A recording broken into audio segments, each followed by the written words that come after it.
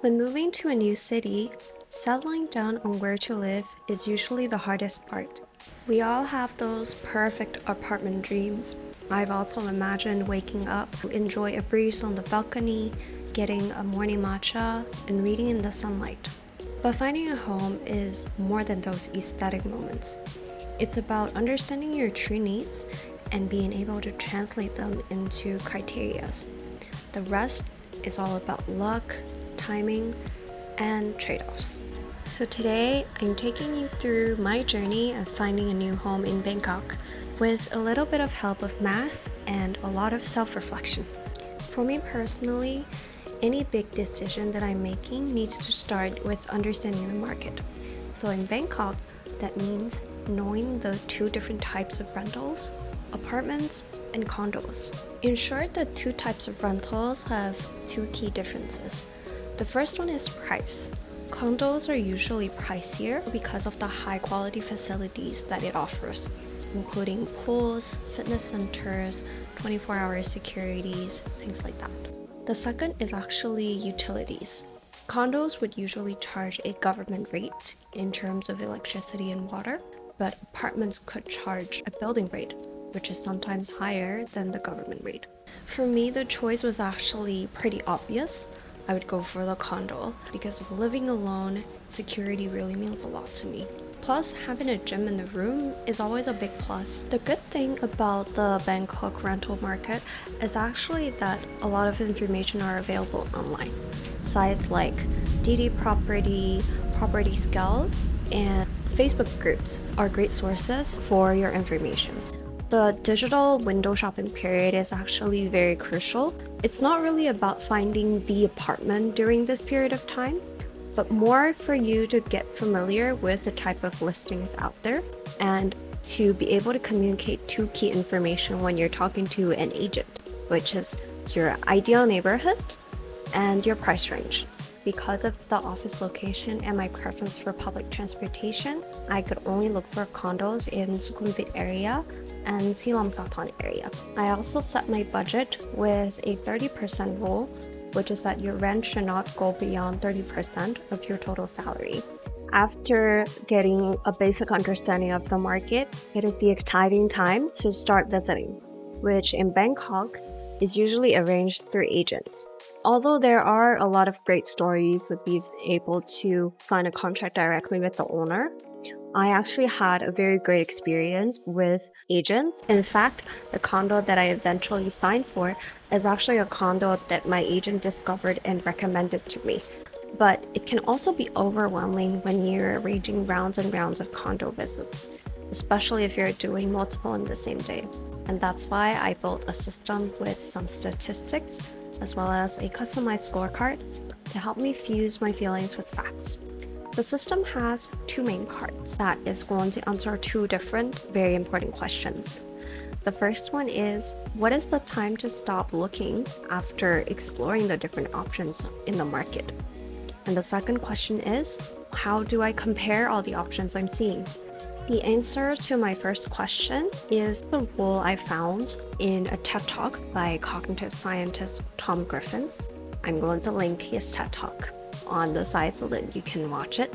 This problem is actually similar to the optimal stopping problem in statistics.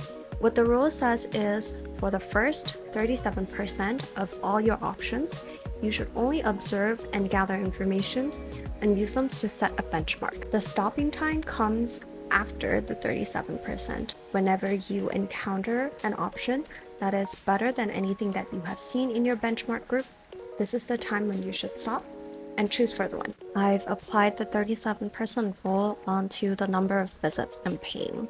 I'm expecting to do about 20 visits in each of the neighborhoods I'm targeting, which means that the first 7 condos would be my benchmark group.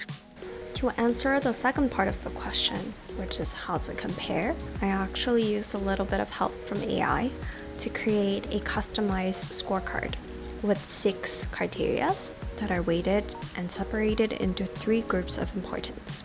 My top 2 priorities is actually transportation and convenience, and each of them will take a 25% weight. Talking about transportation, it really just comes down to 2 key things: proximity to public transportation, and the total time it takes for me to commute to the office. In terms of being close to a BTS station or an MRT station, I'm also taking into account the shuttle service that a lot of condos would have, because it could be very expensive to stay really within walking distance to BTS, and it can also be pretty loud because you'll be facing the main road. In terms of convenience, it is actually a very personal choice. I'm someone who loves home-cooked meals than eating outside, which means that living nearby a supermarket that has things that I want, like UFM Fuji, which is a Japanese supermarket here, and Macro, which is a very affordable grocery store, is more important than being around 7-Eleven or a lot of restaurants, which is something other people might prioritize more. The next group of factors is about how I feel and live and work in the space, and each of them takes 15% of the weight. The first one is a proper work setup. Because my new job has quite a decent period of time working at home, having a big enough desk to be able to fit my monitor as well as my standing desk is really important, as you can see right behind me. The second one is actually about space and storage. Because I do spend a lot of time inside the house, I really want this space to feel comfortable and spacious, especially after sharing a home with my parents for 5 years. I really realized how much I don't want to feel confined, and I want to be able to enjoy the space just to myself. I also needed a lot of storage because I shipped quite a lot of stuff back from home. The last part is the low importance. Each of them would take 10% of the weight. These are something that I would consider as add-on perks and something that I am willing to compromise on. The first one is about facilities. It's definitely nice to have a beautiful rooftop, a nice pool to swim in, but I can also compromise on that if there are other things that are more important.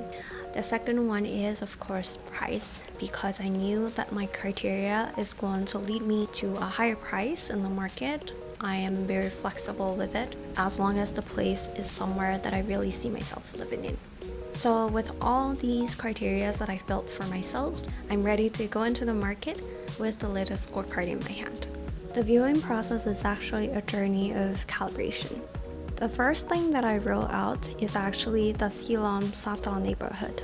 Because the neighborhood is more of a blend of CBD and residential buildings, it can get a little bit dead on the weekend. There are still cute cafes and bakeries, but I just don't feel like I can live in that neighborhood.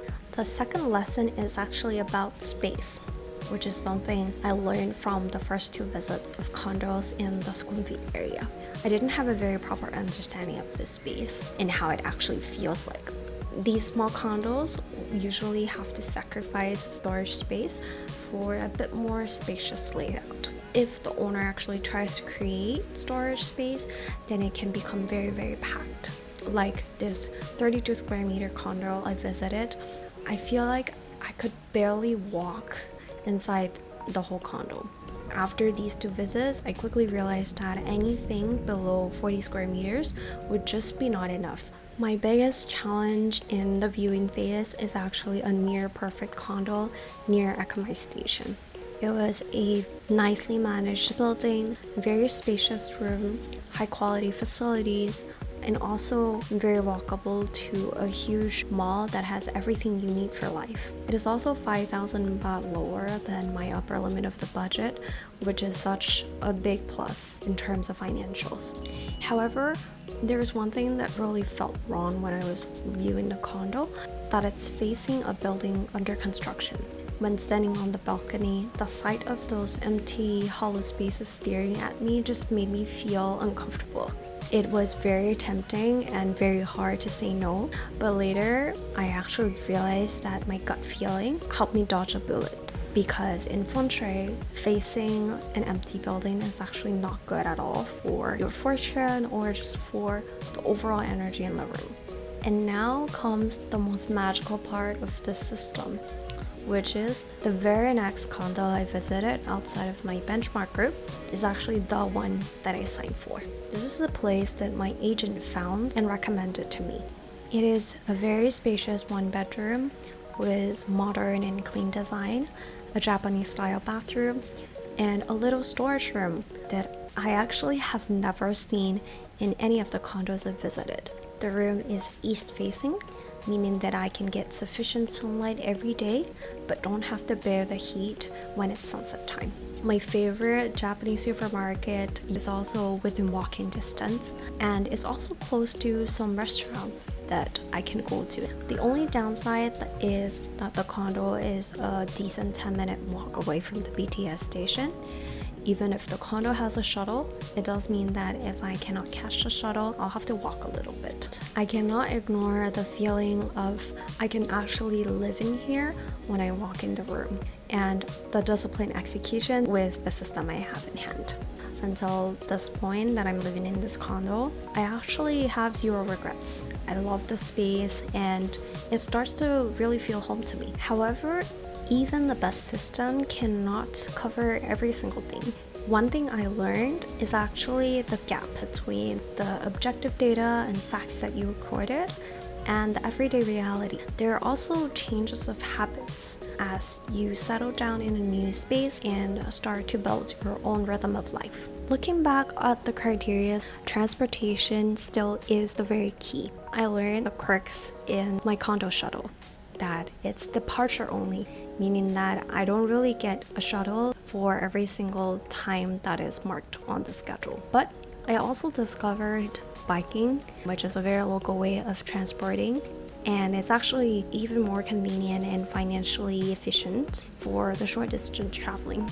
Convenience is also something I'm glad I prioritized, and I'm very happy that I actually followed my own needs instead of listening to the general advice. If I really count, I feel like I haven't been to 7-Eleven for more than 10 times throughout this 3 months. As for the room itself, I would say the storage room really is a lifesaver, but there is also one thing that I overlooked, which is the power outlet. The side that I wanted to set up my workstation actually did not have a power outlet, so I had to get the cord from the other side of the room. It doesn't really affect everyday use, but it is a bit of a small defect. And it's also a good reminder that there's no place that is perfect. And finally, there are also 2 more things that I didn't thought about, but are really helpful to have in my actual everyday life. The first one is a hospital nearby. I accidentally twisted my ankle a few weeks ago, and having the hospital that's only 5 minutes away from my condo is such a lifesaver. The second point is actually the 24-hour heuristics. As someone who's really afraid of bugs, I've had a few unpleasant incidents where there are bugs in my room, and being able to call a heuristics person at any given time and ask them to help is also a big lifesaver for me. To me, the condo hunting journey isn't just about finding a place to live. It's actually a great self-exploratory journey to understand what you really want of your life.